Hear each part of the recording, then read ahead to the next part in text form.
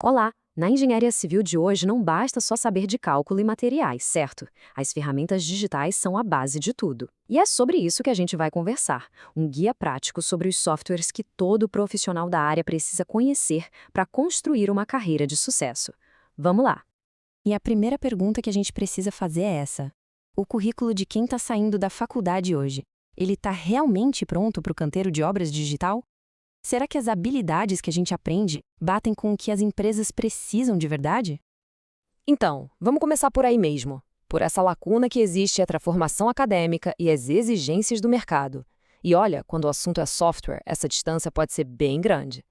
E isso não é só achismo, não. Um estudo da Universidade Federal do Rio Grande do Norte foi a fundo nessa questão, conversando tanto com estudantes se formando quanto com as empresas do setor. E os resultados, bom, eles mostram o tamanho do desafio. Olha só esse dado, que curioso. Perguntaram aos formandos se eles se sentiam preparados para usar software de gestão de projetos. Apenas 38% disseram que sim. Pensa bem, menos da metade da turma. Agora, vamos ver o outro lado. A mesma pesquisa perguntou para as empresas se elas usavam essas ferramentas no dia a dia. E a resposta? 76%. Pois é, a conta não fecha. A diferença é gritante. Em resumo, a demanda do mercado por essas habilidades é o dobro da quantidade de recém-formados que se sentem aptos a usá-las. Isso mostra uma coisa muito clara. Existe uma oportunidade enorme para quem estiver preparado. Certo, já entendemos o cenário. Mas afinal, que softwares são esses? Vamos começar pela base de tudo, pela prancheta digital, os programas de desenho e modelagem, onde as ideias começam a ganhar forma.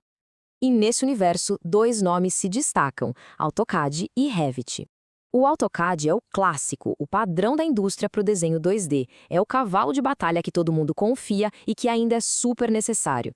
Já o Revit é a nova geração. É a plataforma BIM, de modelagem 3D inteligente, onde tudo se integra. É o futuro acontecendo agora. E tem uma analogia genial de um profissional no Reddit que define bem a situação.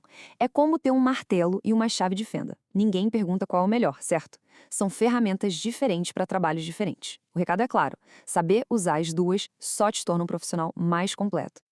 Ok, o projeto está desenhado, tá bonito no papel, mas a pergunta que não quer calar é: ele vai ficar de pé? É aí que a gente entra no mundo dos softwares de cálculo estrutural. Ferramentas como o TQS e o Eberic, super conhecidas no Brasil, são o cérebro por trás da segurança de qualquer edificação. Eles fazem o trabalho pesado de calcular todas as forças, cargas e ventos e dizem exatamente como cada pilar, viga e laje deve ser feito para aguentar o tronco, sempre seguindo as normas. E o processo todo, que parece super complexo, pode ser resumido em 4 etapas. Primeiro, a gente alimenta o programa com as informações do projeto. Depois, ele roda a análise para calcular tudo. O terceiro passo é o dimensionamento, onde ele define as ferragens. E, por fim, ele gera as pranchas, os desenhos técnicos prontinhos para a obra. Muito bem, a gente já desenhou o projeto e já calculou a estrutura. Mas uma obra é muito mais do que isso. Agora vamos ampliar o nosso foco para a gestão, tanto do projeto em si, quanto do terreno onde ele vai ser construído. E aqui, a gestão se divide em 2 frentes. De um lado, o gerenciamento do projeto com cronograma, custos, recursos, aí entram softwares como o MS Project. Do outro, o geoprocessamento, que lida com os dados geográficos do terreno. Ferramentas como Civil 3D e QGIS são fundamentais para obras de infraestrutura, como estradas e barragens. Para entender o poder disso, olha só essa comparação. À esquerda, temos uma foto aérea comum.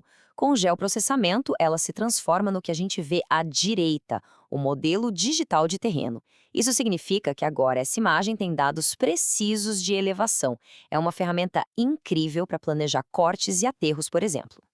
Certo, já temos o projeto técnico, a estrutura calculada e o planejamento em mãos. Agora falta uma coisa essencial: fazer o cliente se apaixonar pela ideia. E é aí que entra a renderização. É aqui que a mágica acontece. Softwares como o Lumion pegam aquele modelo 3D técnico, meio seco, e o transformam numa imagem que parece uma fotografia real. É o que conecta a engenharia com a emoção do cliente, o que realmente ajuda a vender o projeto. E o mais impressionante é que hoje isso acontece em tempo real. Esses programas usam toda a potência da placa de vídeo do computador para simular luz, materiais e texturas com um realismo incrível. E o melhor de tudo é que eles se integram perfeitamente com os modelos que vêm do Revit, SketchUp e outras plataformas. Bom, a gente viu um monte de ferramentas, certo? De desenho a cálculo, de gestão a visualização. A grande questão é como organizar o aprendizado disso tudo ao longo da faculdade. Vamos ver um roteiro possível? A ideia é que o aprendizado acompanhe as matérias da faculdade. Então, no primeiro ano, o foco é em desenho 2D e 3D. Lá pelo segundo ou terceiro ano, quando começam as aulas de resistência dos materiais, já dá para se aventurar num software de cálculo. Depois, vem os projetos de instalações e a compatibilização BIM, que é garantir que tudo se encaixe. E, para fechar, no fim do curso, o foco é em orçamento e planejamento. Então, o recado é este. Dominar essas ferramentas hoje não é só um item a mais no currículo, é um diferencial competitivo fundamental. O mercado está se digitalizando muito rápido e quem souber usar a tecnologia a seu favor vai, com certeza, conquistar as melhores oportunidades. A jornada é longa, a gente sabe, mas todo grande projeto começa com o primeiro passo. Olhando para todo esse universo de possibilidades, a pergunta que fica no ar é: qual vai ser a primeira ferramenta a ser dominada nessa construção de uma carreira digital de sucesso?